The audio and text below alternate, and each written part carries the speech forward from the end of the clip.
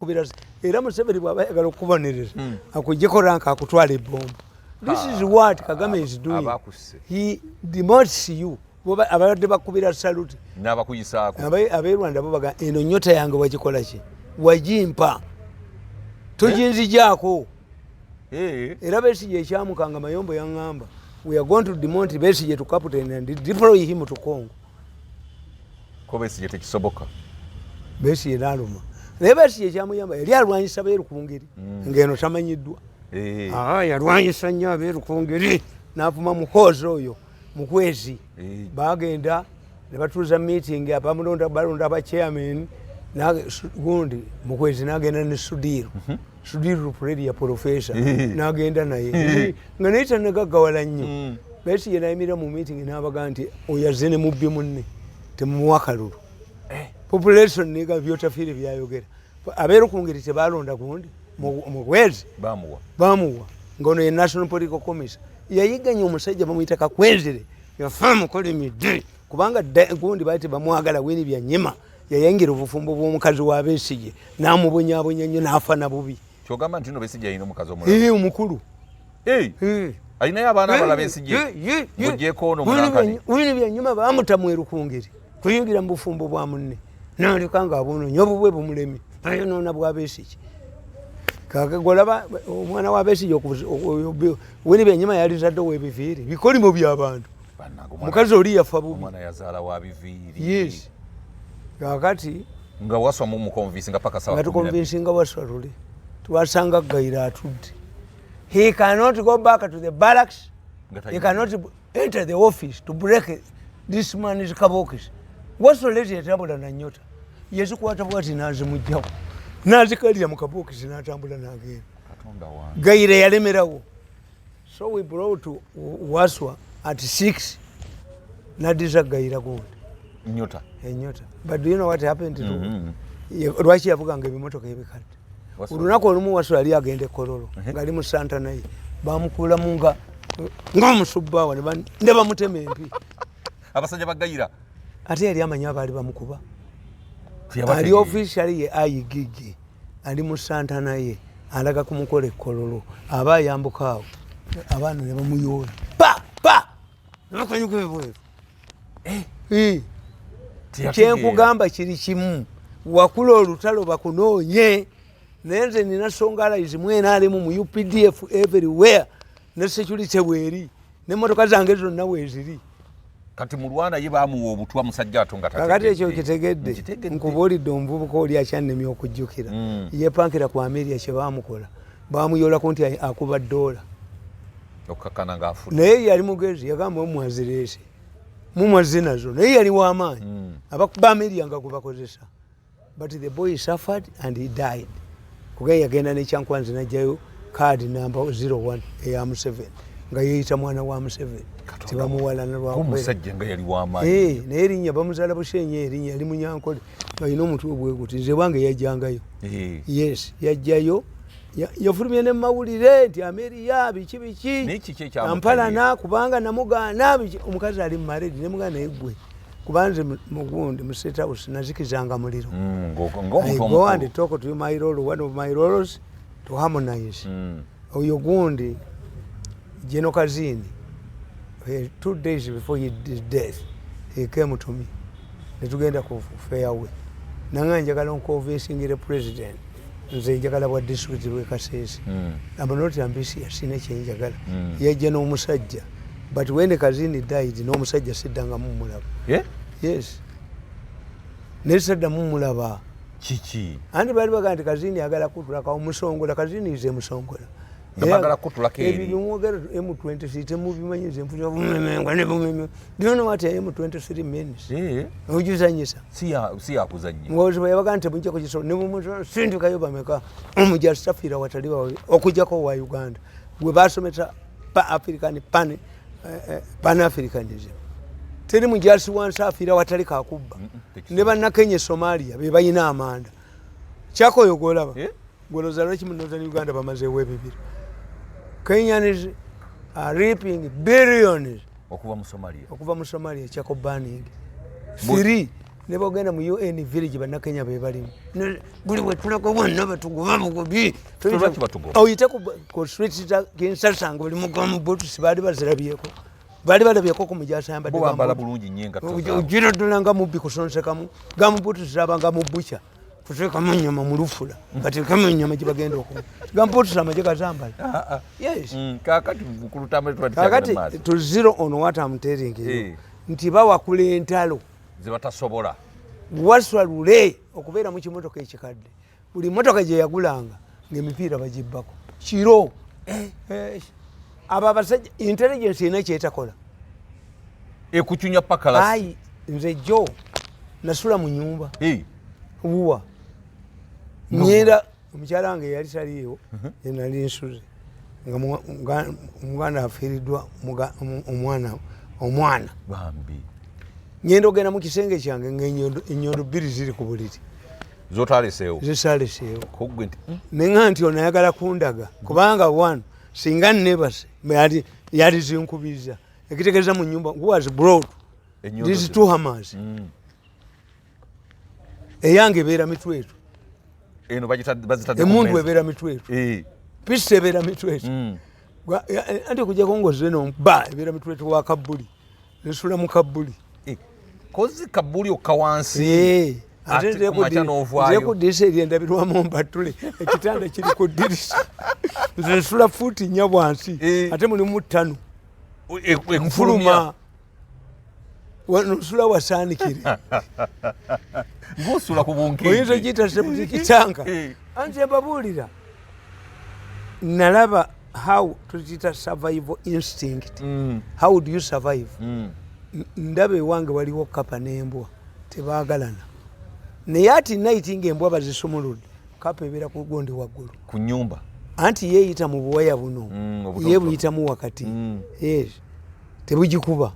masanyalazi obwo bugundi tubuyita tutya sekanyolya kasekanyolya kokamanyi kasekayoola omubbi kwongera musika eyakola akantu ako mubinyo omubbi alaja nabulanja ate tomuyamba akujjako nga baze ne magalo okukasala ate kaliko amasanyalazi era gabakuba kakati kyenkubuulira nti abo bajja kufa nnyo kubanga the people tulina underground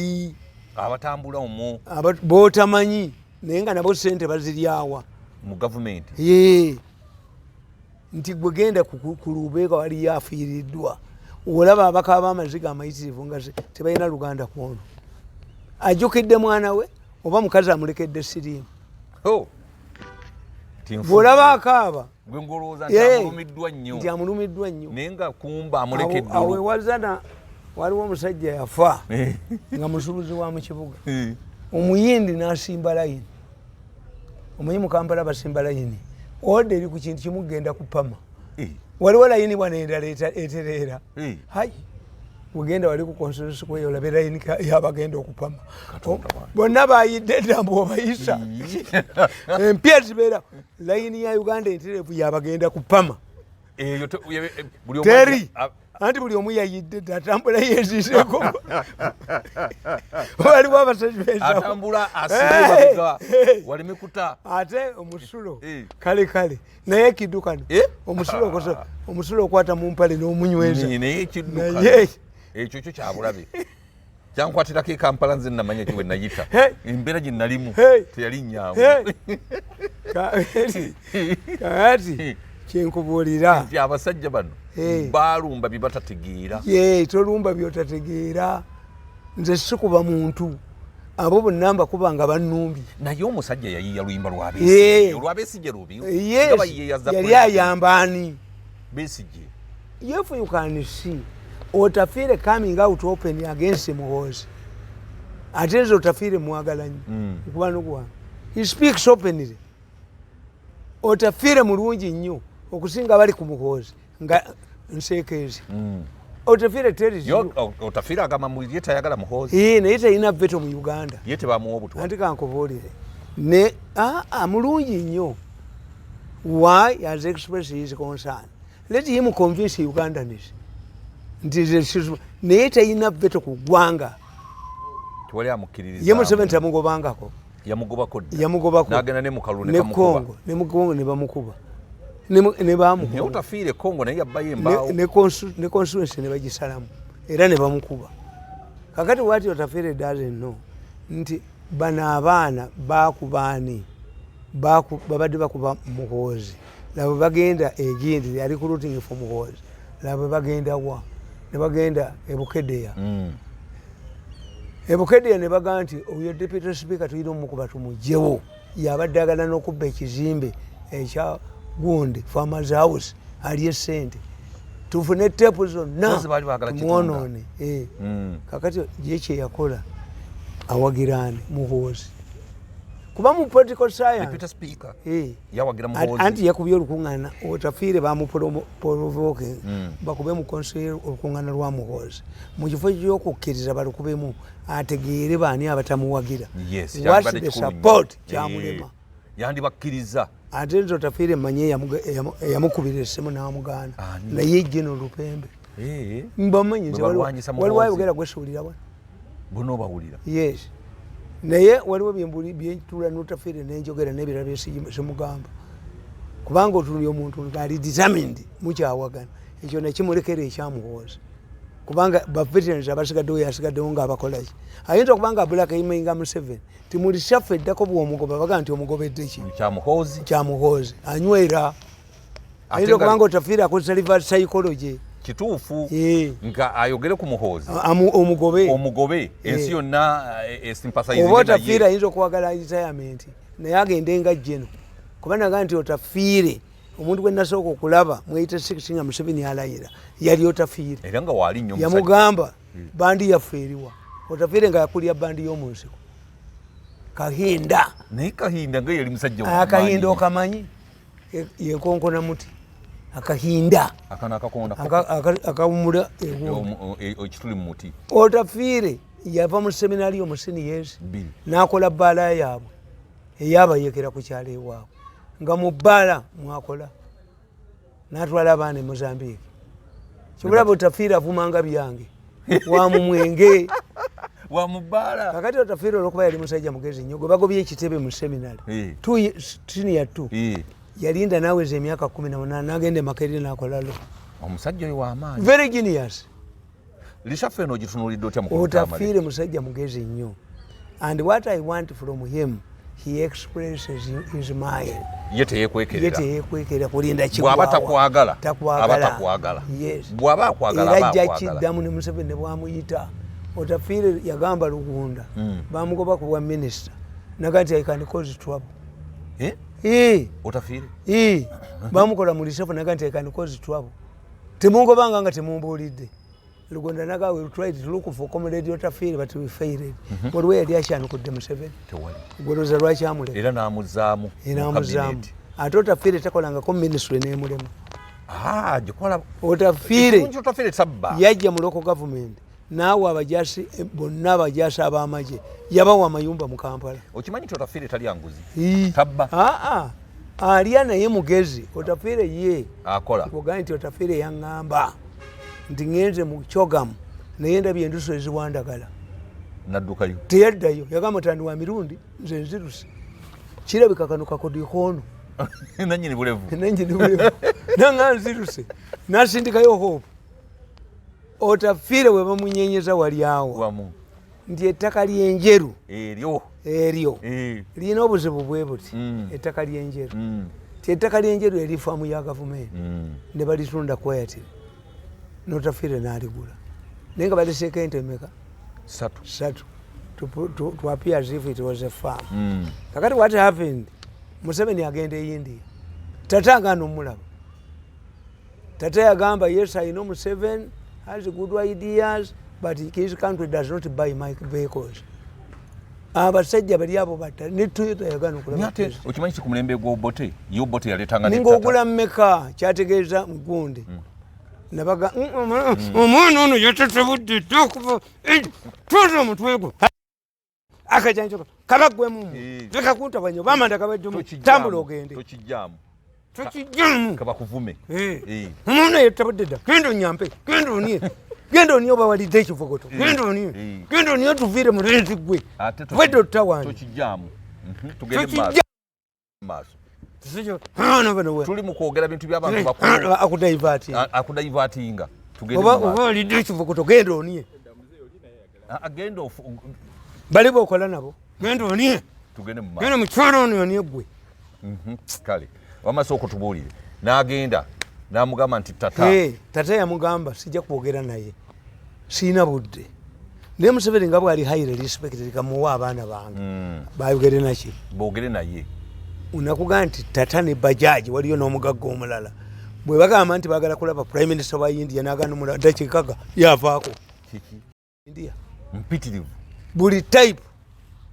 kuba bali 1.6 billion people bo bagula kyabwe entono ennene loole kyebayita Hyundai okimanyi South Korea Hyundai naye muntu neyeyingira mu byobufuzi ne bamusiba ne kampuni ne bagigabana mu Uganda bwe nenda mwandu Hyundai yakola enguudo za South Korea zonna Hyundai bayina Hyundai ne Samsung mugagga ogwo Fiat ya Natalia family ni Bill Gates yinga talina kiyakola yakola bya computer bye ne amanyi gayina Fiat ya Natalia family Fiat ya Bwanga kibufaransa ya Italy golaba Fiat zino kyaziraba wano Fiat ziri zitunda bweru Fiat wano ngaza golaba Fiat yotalabangako Fiat gende Italy olabe mukuru Tamale shafo gitunudde otya nkubuulira one nti wano onti otafiire that is character kakati Museveni talabye tata naye alabye abaana ba tata n'abaga nti njagala obatwala mu Uganda mu nyamba okukola kaawa Museveni educated lured convinced abachina okunywa kaawa abachina tebanywa chai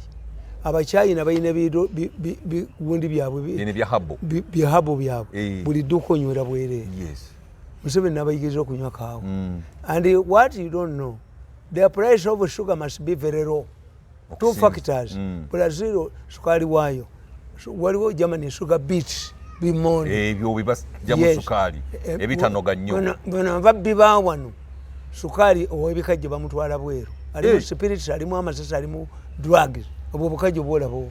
bukola amasasi bano ne balyoka batuleetera etteeka likugamba atunda sukari ebweru amuggyako omusolo gwa $7 bamutunda mu kikuubo abayindi bemulaba sugar business okujjako nga amini akomyewo ne badduka obanga balina omukambwe nga mukozi n'abayigiriza empisa aba babbiramu ekonomi etereera naye ekonomi efudde bitaga mukozi kakati nkugamba nti abaana ba tata bagenda okujja wano nga ettaka Museveni lyabawa lya mpewo yalitwala nga abagambye n'obaga nti muyina okuzimba monument eraga kitammwe nebyemukoze kasa mujja agenda okutuuka mu Uganda abaana ba tata nga baga nti omusajja ayogeza amaanyi ebweru wano talinawo amaanyi bawebulamu webule you see these people don't help Museveni nga yaswala nze nyinza okujja ewange noga nti mukyalo ne bajja okusaba ekino oba gundi ekintu gyebaggaali musajja mukwano gwa Mirundi n'amugaa nti waayi njazika ku ggaali yongenda kuziika naga nti omwana yagivuze okoma weewaka tosobola kudda yes ono yabaginya Museveni yaginya nnyo abantu be ne bakulimbisa ebweru ne bakuteeka mu nnyonyi ne bakutwala e Malaysia nga kampuni egenda okugula UCB e Kenya ne katuulawo ne kasigalawo nga tulina ng'osazeeko mutwe nga tewali agobeddwa akubiddwa mu kkomera yagamanyiriza bubi twetagayo akagolola ettumba nekamatuuza mu nnyonyi nekamutwala Dar es Salaam nti gaddidde sukaali wegindi we Brazil gamutadde empapula byawana gundi n'amugamba Magufuli ono si weewuwo tajja kuyingira Tanzania nowe Brazil atudde nagwa mu nnyonyi n'akayoola n'akomawo nago mu nnyonyi era gadda mu bifo bya n'Obama bati era n'oddayo smiling minister in court nga bakolamoja wabalimbye neri shafu president abantu bana nabagoba ate abatya lwansonga bw'obagoba ne beekolamu ekibiina president nga mutiitiizi nnyo abatya revolutionary abatya mukusajja mukulu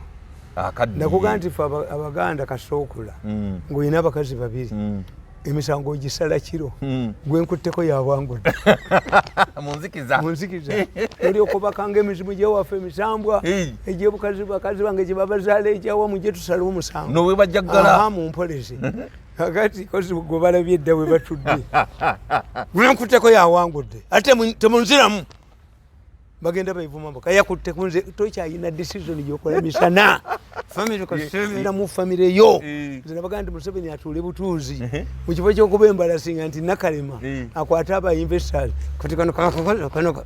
am get wet you will get what you only cause kati ako yakagoba investment authority lwakakamba yamugoba omanyi kyasiza okuzanyisa mukulu Tamale olunaku olwaliwo ensi yonna ebadde ejaguza olunaku lwa condom naye abaka parliament babadde baga nti condom tezibatuuka ekyo kyekikulu okuteesako mu parliament nti condom tezibatuuka ziba zibatuuka ani abagamba okwenda bayingirewo kitwe what they mean nti sente bazibadda Faza agenda atya ku dduuka naga nti abange kondomu ze mwanguziza nzikomezaawo tefaza ayenda atayenda kati abaka parliament ngenda nembawulira naye abantu bano beetaaga okusomesa obukambwe nti kakati balajanira Museveni ajjawo etteeka lyeyasayinize kuki kunjaga ku Mirundi nedda ababaka ba parliament abaliteesezzaako tebali nnyo mu byalo